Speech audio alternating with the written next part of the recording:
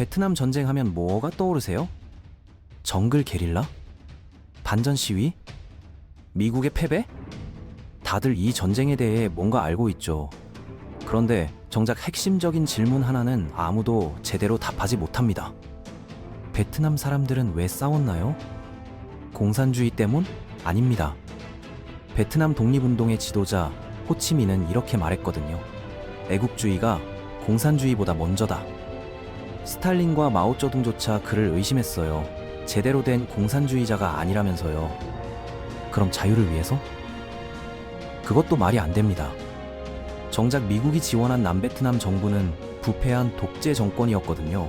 자유를 위한 전쟁이라면서 독재자를 밀어준 거죠. 공산주의도 아니고 자유도 아니라면 대체 왜 싸운 걸까요? 이걸 이해하려면 1945년으로 돌아가야 합니다. 당시 미국과 베트남은 적이 아니었거든요. 오히려 함께 싸웠습니다. 호치민은 미국 전략정보국과 협력해서 일본군에 맞섰어요. 1945년 독립선언식엔 미군 요원들이 함께 축하했죠. 베트남 사람들은 미국을 해방자로 여겼습니다. 그런데 20년 만에 모든 게 바뀌었습니다. 해방자가 침략자가 됐고 동맹이 적이 됐습니다. 어쩌다 이렇게 된 걸까요? 그렇게 시작된 20년간의 전쟁. 그런데 결과는 더 충격적입니다. 베트남이 이겼습니다. 세계 최강 미군을 상대로요. 20년을 버텼고 300만 명이 죽어가도 굴복하지 않았어요. 도대체 무엇이 그들을 그토록 싸우게 만든 걸까요? 지금부터 그 이야기를 들려드리겠습니다.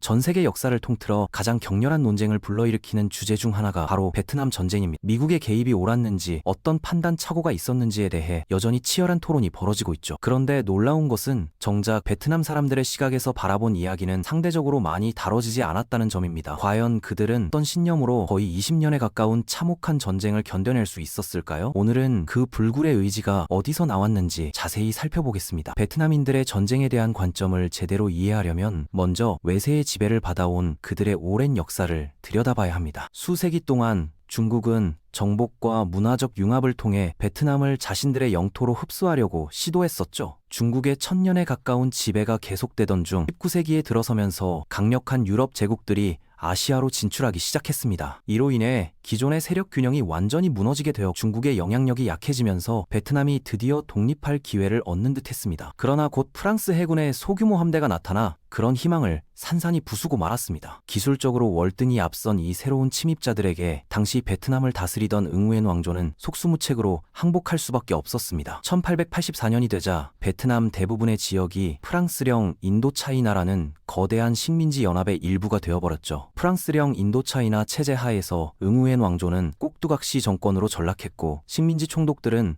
본국 정부의 감시를 거의 받지 않은 채 원주민들의 저항을 진압했습니다. 이런 상황은 심지어 베트남임이라는 정체성 자체를 드러내는 것조차 범죄 행위로 간주될 정도까지 발전했습니다. 극도로 비참한 삶에 갇혀버린 베트남 농민들은 간절히 구세주를 기다리고 있었습니다. 하지만 수십 년간 계속된 실패한 봉기들과 그에 따른 끔찍한 보복에도 불구하고 식민 지배의 쇠사슬은 그 어느 때보다도 단단해 보였죠. 그러나 농민들이 모르는 사이에 새로운 혁명의 씨앗이 이미 논밭이나 관료들의 궁정이 아닌 파리의 카페에서 싹트고 있었습니다. 서구 교육을 받을 만큼 여유가 있었던 소수의 베트남인들이 그곳에서 당시로서는 매우 생소하고 급진적인 새로운 사상인 공산주의에 대해 열띤 토론을 벌이고 있었죠. 공산주의는 자본주의적 제국주의의 억압 아래 신음하는 민중들에게 해방과 평등을 약속하는 이념이었습니다. 해외에서 소개된 순간부터 들불처럼 번져나가 1930년대 초반 베트남의 핵심적인 지하 정치 세력으로 자리 잡게 되었죠. 베트남 공산주의 운동의 중심에는 응우엔 신쿵이라는 이름을 가진 몰락한 관료 집안의 평범한 아들이 있었습니다. 그가 바로 우리가 잘 알고 있는 호치민이었죠. 1910년대 언젠가 조국을 떠난 호치민은 1918년경 미국과 영국을 방문하는 등 유럽 전역을 돌아다니며 견문을 넓혔습니다. 그는 확고한 반제국주의자였으며 1920년 베르사유 조약 체결 당시에는 프랑스 정부의 독립을 요구하는 베트남 애국자들의 모임에 참여하기도 했죠. 또한 그는 러시아에서 블라디미르 레닌이 주도한 10월 혁명의 전개 과정을 열정적으로 지켜본 수많은 공산주의자 중 한 명이기도 했습니다. 레닌의 성공은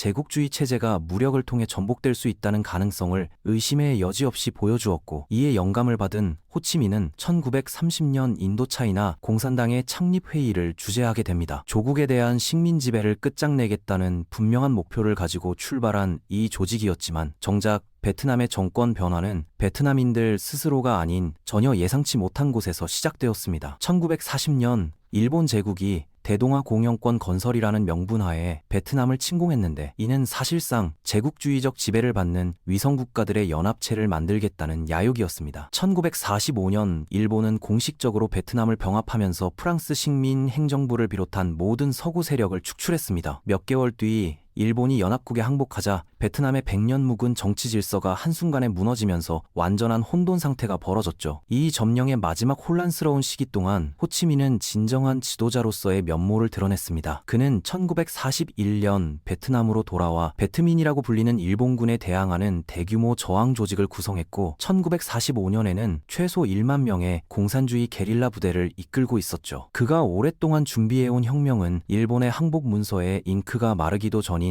8월 15일에 시작되었습니다. 그해 초 일본에 의해 베트남 내 프랑스 식민군이 무력화되었기 때문에 베트남인들이 전국을 자유롭게 다닐 수 있는 짧은 기간이 있었습니다. 그런데 놀랍게도 증오스러운 소구 제국주의자들에게 적대감을 드러내기는커녕 호치민은 미국과 우호적인 관계를 맺으려고 필사적으로 노력했습니다. 이는 1945년 베트남과 접촉하여 호치민을 주요 연락책으로 삼았던 미국 전략정보국 덕분에 가능했던 일이었죠. 미국과 베트남 사이에 긴밀한 협력을 가능하게 했던 중요한 요인 중 하나는 호치민이 이념에 대한 확고한 신념에도 불구하고 전형적인 공산주의 의제를 추진하지 않았다는 점이었습니다. 그의 최우선 목표는 언제나 베트남의 해방이었고, 그 자신도 처음에는 애국주의가 공산주의보다 먼저라고 말했을 정도였으니까요. 이런 이유로 요시프 스탈린과 마오쩌둥은 초기에 호치민이 계급 투쟁보다 민족 해방을 우선시한다며 그를 의심스럽게 바라보기도 했습니다. 하지만 이러한 성향은 억압받는 민족이 독재적인 제국주의 체제의 굴레에서 벗어나려는 아이디어에 자연스럽게 공감하는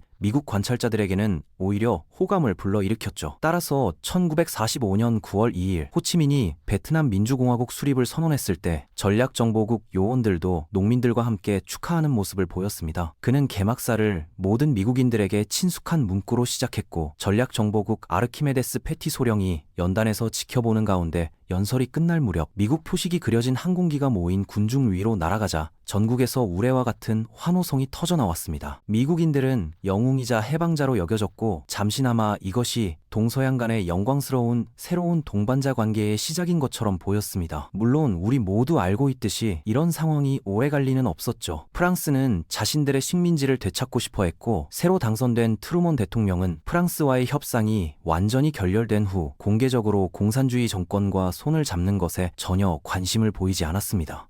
결국 베트남은 독립을 위해 싸울 수밖에 없었고, 1946년 12월 16일 제1차 인도차이나 전쟁이 발발했습니다. 이 시기 응우엔 왕조는 13대 황제 바오다이가 프랑스 편에 서서 프랑스 점령 지역의 허수아비 통치자 자리를 되찾으면서 국가에 대한 지배권을 다시 확립하려고 시도했습니다. 전쟁이 장기화되자 미국은 프랑스에 지원을 보내기 시작했지만 1954년 DMBM프에서 극적인 패배를 당한 후 베트남과 새로운 협상 테이블에 앉게 되었죠. 그 결과 맺어진 조약에 의해 나라는 북쪽의 베트남 민주공화국과 남쪽의 베트남 공화국으로 분할되었습니다. 바오다이는 국민투표에서 베트남이 공화국이 되어야 한다는 결정이 내려진 후 총리 응호딘지엠에 의해 무자비하게 축출되었습니다. 그러나 이것이 민주주의의 승리를 의미하지는 않았습니다. GM 정권은 완전히 부패했고 국민투표는 노골적으로 조작되었으니까요. GM은 심지어 프랑스가 남부지역이 북부와 재통합할지 여부에 대한 투표를 허용하겠다고 약속한 것도 의도적으로 무시해버렸습니다. GM이 통일을 허용할 생각이 없다는 것이 명백해지자 베트남 민주공화국이 지원하는 반군 세력이 남부 전역에 등장하기 시작했습니다. 그는 더욱 강경한 반공 정책을 펼치게 되었으며 결과적으로 미국은 그의 정권에 점점 더 많은 지원을 제공하게 되었죠. 그러나 GM은 변덕스러운 동맹국으로 판명되었고, 특히 1963년 농촌 개발 및 토지 관리 문제와 관련해서는 미국 후원자들과의 협력을 자주 거부했습니다. 긴장 관계는 GM이 중앙정보국의 지원을 받은 군사 쿠데타로 갑작스럽게 암살당하면서 절정에 달했고,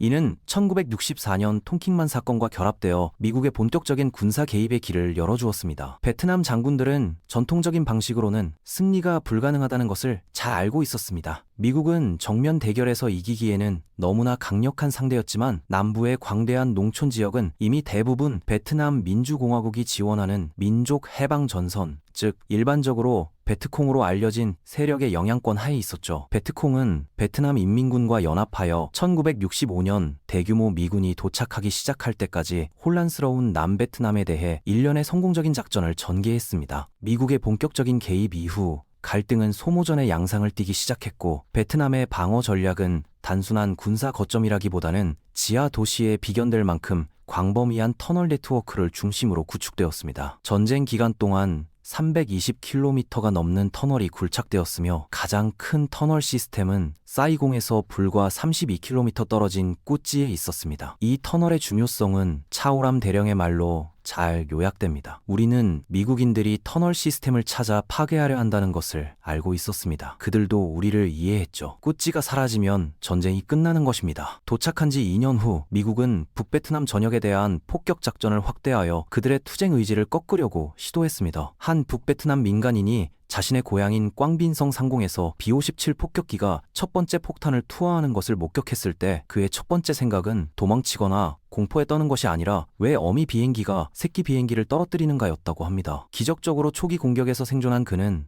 가족을 모아 근처 동굴로 피신했습니다. 그는 나중에 기자에게 사람들은 전쟁의 의미에 대해 말하지 않았습니다. 우리는 미국이 왜 우리 조국을 침략하려 하는지 정말 혼란스러웠죠 라고 회상했습니다. 슬프게도 베트남 시민들에게는 미국의 폭탄보다 훨씬 더 두려워해야 할 것들이 있었습니다. 베트콩 게릴라들이 농촌 농민들 사이에 숨어들자 미군은 베트콩이 있을 것으로 의심되는 모든 마을을 자유사격지역으로 선포했습니다. 그리고 악명 높은 사건이 발생했습니다. 1968년 3월 16일 미군에 의해 최소 347명의 비무장 민간인이 잔혹하게 살해된 미라이 학살 사건이었죠. 미군 헬리콥터 승무원들의 영웅적인 행동으로 몇 명의 무고한 생명이 구해졌지만 대부분은 그렇게 운이 좋지 못했습니다. 전쟁이 민간인들에게는 엄청난 충격이었지만 최전선에서 오랜 기간 복무해야 했던 베트남 군인들에게도 마찬가지로 큰 시련이었을 것입니다. 하우다이 호수 군 병원의 외과 과장은 나중에 남쪽으로 가라는 소집을 받았을 때 모두가 매우 흥분했다고 회상했습니다. 베트남 군인들은 전쟁의 공포에 점차 무감각해졌고 불행히도 그들의 소나기에 떨어진 미국인들에게는 거의 자비를 베풀지 않았습니다. 특히 무차별 폭격 때문에 미군 조종사들은 혐오의 대상이었고 많은 조종사들이 탈출 후 고문을 받다가 죽음을 맞이했죠. 국민의 동기를 유지하고 전쟁 피로감을 방지하기 위해 베트남 민주공화국은 갈등 내내 강력하고 효과적인 선전 캠페인을 유지했습니다. 이러한 캠페인의 배후에는 1940년대부터 호치민과 함께 싸워온 유명한 군사 지도자 보웅우의 잡이 있었죠. 사람들은 국제 뉴스에 거의 접근할 수 없는 상황에서 신문을 사려고 그리고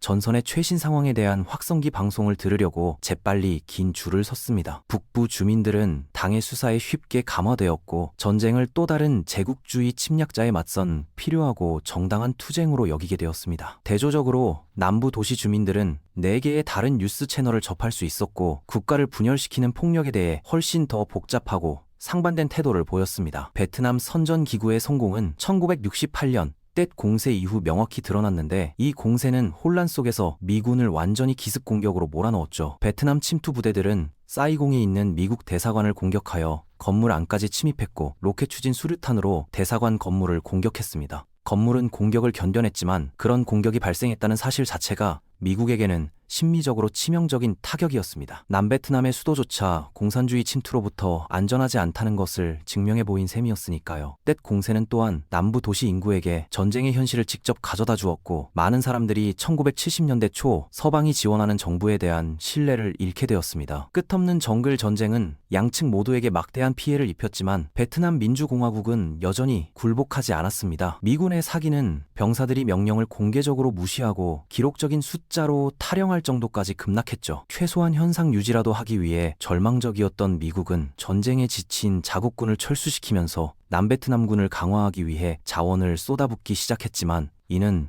너무 적고 너무 늦었습니다. 1975년 호치민 작전으로 알려진 베트남 민주공화국의 대규모 공세가 사이공 주변의 방어선을 무너뜨리고 공화국을 무력화시켰습니다. 거의 20년간의 전쟁과 수백만 명의 희생자를 낸 끝에 베트남 민주공화국은 마침내 모든 역경을 극복하고 승리를 거두었습니다. 공산주의가 승리했거나 이미 패배했지만 전쟁 중 북베트남이 치른 희생 덕분에 그들은 살아남아 결국 남베트남과의 재통일을 이룰 수 있었죠. 이 갈등은 양측 수백만 명에게 평생 지워지지 않을 상처를 남겼습니다. 더욱이 국제사회의 예상과는 달리 사이공 함락 이후에도 공산주의는 동남아시아 전역으로 확산되지 못했고 수십 년간 미국이 집착했던 도미노 이론은 완전히 무의미한 것으로 판명되었습니다. 호치민의 반복된 증언과 1940년대 전략정보국 요원들의 광범위한 증언에도 불구하고 미국은 북베트남이 역경에 맞서 싸우도록 동기를 부여한 것이 공산주의가 아니라 자유에 대한 갈망이었다는 사실을 결코 완전히 이해하지 못했습니다. 부패한 GM 정부에 대한 그들의 지원은 이러한 이해의 간극을 더욱 심화시켰고 그 결과 20년간의 폭력은 남북 사이에 아직도 완전히 치유되지 않은 깊은 국가적 상처를 남겨놓았습니다.